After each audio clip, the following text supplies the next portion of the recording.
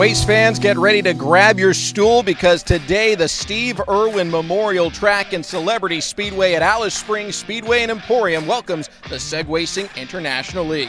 Alongside Richie Schuler, I'm Sam Farber. It's a pleasure and a privilege to have you with us down under. Fans of koalas and Kowalskis are in for a treat as it's Jan Kowalski taking on Oliver Robinson King this week in the SIL. Sam, super excited about this one. A 112-meter track underground, and these two racers make Paul Blart look like he rides a tricycle on training wheels. Crikey! You see the format, 3 heats, average time, best average time wins. For more on the track, let's go to the best-dressed broadcaster on one axle, Rashawn Haylock. Good day, mate. Well, the man is just beloved all over the world. We're at the Steve Irwin Memorial Track and Celebrity Speedway, named in honor of the Crocodile Hunter. Take a look at our course overview today. Laps 1 and 4, an opportunity to pick up some speed, but check out laps 2 and 3. We got double stool action. Get out the pink stuff, baby. These guys will be rolling right along. You see Theodore Castile, he owns the track record here, Sam, so we should have a good one. You know, it gets hot in these parts, but it's a good thing they built this track underground. Should be a fun, hopefully cool day of racing. We certainly hope so. Again, Jan Kowalski from Poland taking on Oliver Robinson King, the hometown racer from right here in Australia. Richie, break down their strengths. How does the KDR benefit King? Well, we have two excellent racers, but here's the thing. They both struggle on the stool. Now, both of them are using a Mini Pro Segway, but they're going to have some challenges. There's a couple things about this track, the passing stool grab and the zigzag turns, that are very concerning. Kowalski with his signature headphones. His main gig is a DJ Beatmaster Flash, available for weddings, bar mitzvahs, and whatever occasion you might need. Well, I wonder if the time change will affect him today, but look at that attire, the unmatching gloves. Remember, you perform how you dress. Look good, feel good, look good. Does it look good? That's up to you. Through the slalom, he'll grab his stool. And here comes the big hairpin turn. This is going to be a real key. Who can navigate this the best? Well, he did an excellent job there with the spin, I thought, and he was seamless on that initial stool grab. But how will he return it? And see, that's the difficulty, and that's going to hurt him in the timing. DJ Beatmaster Flash, a little bit of a stumble, but like Sonny and Cher say, beat goes on. Into the final straightaway, and he'll cross the line with a time of 47.52. A little slow there on his fourth and final lap. That difficulty getting off the stool seemed to hurt him, Richie.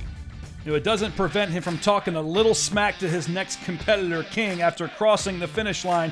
The competitive juices are flowing between these two racers, but this was disastrous for Kowalski. Difficult time, letting go of the stool, and then through the zigzag turns. And you're right, Sam, I think King has a really good shot against Kowalski in this first heat. Again, the time is 47.52. 2 more heats to make up for that miscue for Kowalski as we welcome Oliver Robinson King to his home track right here in Adelaide, Australia. The Bushman, also 26 years old in his 3rd season.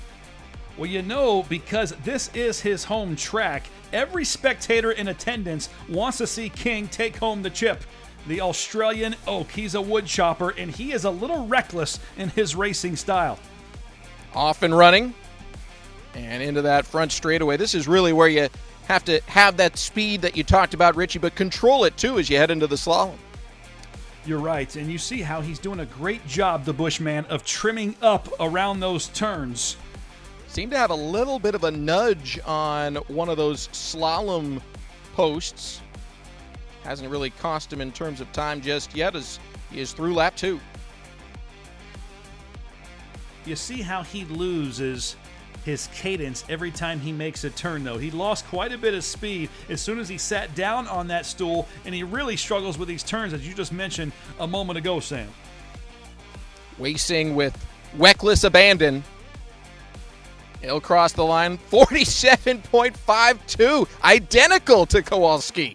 Wow, and they both have their strengths. That straight-on sprint at the end for King was quite impressive. Wasting with a little bit of confidence so far. I like the way he gets around these turns. These zigzags are difficult, but this passing stool grab was terrific. The turn is where he really seemed to struggle as he gets back around. But this stool right here did a better job when he released it than Kowalski, but just exactly the same time at the end. So now it's a best of two heat matchup between Kowalski and King. Our Polish friend will step up for his second heat of the day.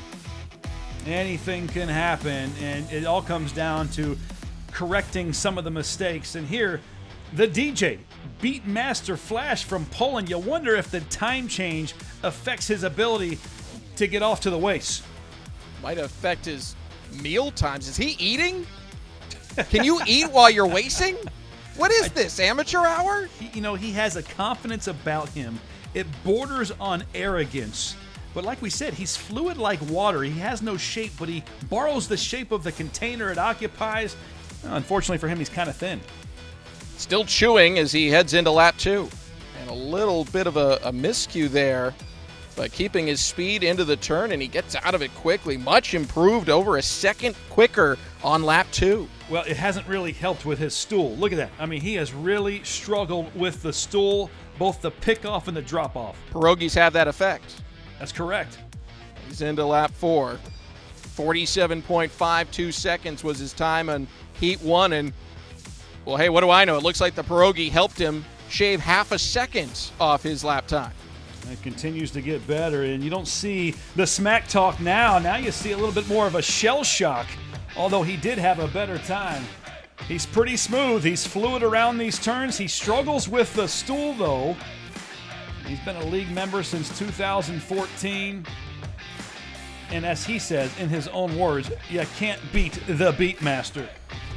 So he shows some improvement, a half second better in this Poland versus Australia rivalry. It goes way back, Richie. I mean, who can forget the 2004 Olympics in Athens, where the women's butterfly 100 and 200 meter races, Poland, Australia finishing 1 and 2 in each of those.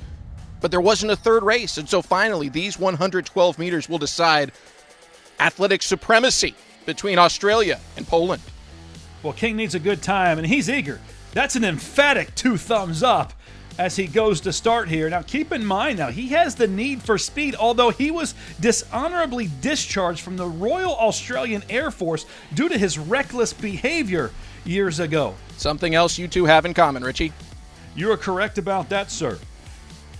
But an improved speed continuation after this stool grab.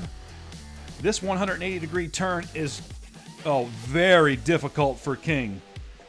That's got to be a source of frustration. He has a hard time collecting his speed after that 180-degree turn. Much better off the stool here as he heads into the fourth and final lap. 47.03 the time to match from Kowalski. And as he heads into the final straightaway, Kowalski improved. King a bit slower here in Heat 2.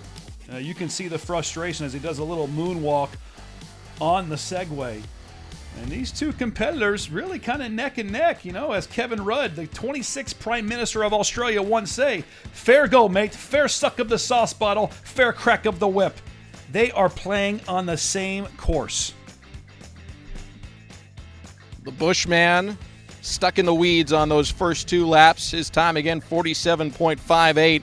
So he's going to need to do something special. And honestly, he could use some help from Kowalski here as DJ Beatmaster Flash heads into his third and final heat of the day. Showed about a half-second improvement from Heat 1 to Heat 2. What can he do here in his finale? And maybe, not being distracted by headphones on or eating something at the start will help him. Well, Kowalski is a guy that takes chances. He made himself a small fortune online participating in what most would call pyramid schemes and cons. He is not afraid to take chances, and that's why he races with such a fluidity, more than any other racer we've seen this season yet. I'm told the key is to not be at the top of the pyramid, but level 3 is a solid way to make some money without attracting too much federal interest. Love how he threw his weight there into that hairpin turn to wrap up lap 2, and now he's off and running. Let's check the dismount. More struggles getting off the stool. Ouch on that stool release. Is this constipation? Give that man a laxative and help him get through this. We'll see how much that mistake will cost him as he crosses the line at 46.99 seconds, our best run of the day. No worries, mate. She'll be right. So Jan Kowalski has put the pressure on with that run. Clocks in under 47 seconds. The course record 40.95 by Theodore Castile, but both these racers, coaches, and mothers told us they are very average. That record should not be threatened today. Time of 46.99. Let's check in with the third member of our broadcast team, Rashawn Haylock. Sam, as the locals would say, these guys are a bit dodgy. Yeah, totally unprofessional, subpar skill level, and this Kowalski character eating a pierogi. I mean, give me a break. At least mix in a Vegemite sandwich. Anyways, what I really wanted to emphasize to our viewers is that there's a blue dirt bike right there near the start line. We've been showing it all night. It's available over on Craigslist to the highest bidder. And that is important to the Segwacing International League because these races are not free, folks. Got to fundraise. Ready for the third and final heat here for Oliver Robinson King. The Bushman, again, needs a time of 46.43 or better. Richie, can he do it? He can. Look at the passion. Look at the pure excitement. The innocence of this alcoholic in Oliver Robinson King. It's almost like he's got the motivation of a Heineken waiting for him at the finish line. 14.93, that's our fastest first lap of the day. He always seems to lose a little bit of cadence when he sits on that Craftsman stool, and this turn has always been, oh, whoa, slip. Nelly, that is a struggle, and why he continues to struggle with his times. There he is in lap 3, and 8 seconds. He had his fastest, the fastest lap one of the day. Now he's over a barrier. Oh! Is that legal?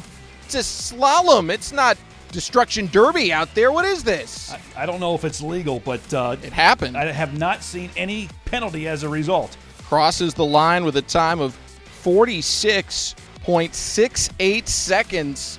I do not believe that'll be enough, but we'll have to confirm with the judges because, I mean, he clearly went around one of the barriers, Richie. I see no penalty as a result, though. I mean, look, he really struggles every time he makes a turn. But this is incredible. Look at this. I did not realize he used both hands to flip it. Almost wipes out here. That was intentional. Oh, my goodness. Well, hey, it helps his time, but will not help his fortunes. You see the Heat 3 finish, 46.68 seconds. That slow third lap off that transition off the hairpin turn, costing King in this heat and this overall head-to-head matchup. Your winner today is Jan Kowalski, the Bushman, a bit stuck in the weeds, and to quote John Travolta from Hairspray, you can't stop the beat. DJ Pete Master Flash, Jan Kowalski will take this edition of Segwacing International League Racing. Richie, your final thoughts? Well, Dean Kamen invented the Segways back in the 1990s. He thought it would revolutionize how we design cities because everybody was going to ride it. Little did the revolutionary visionary know that they'd be created and used in the Segwacing International League. Kowalski, your winner by an average time of less than a tenth of a second. It's always exciting when you're in the SIL.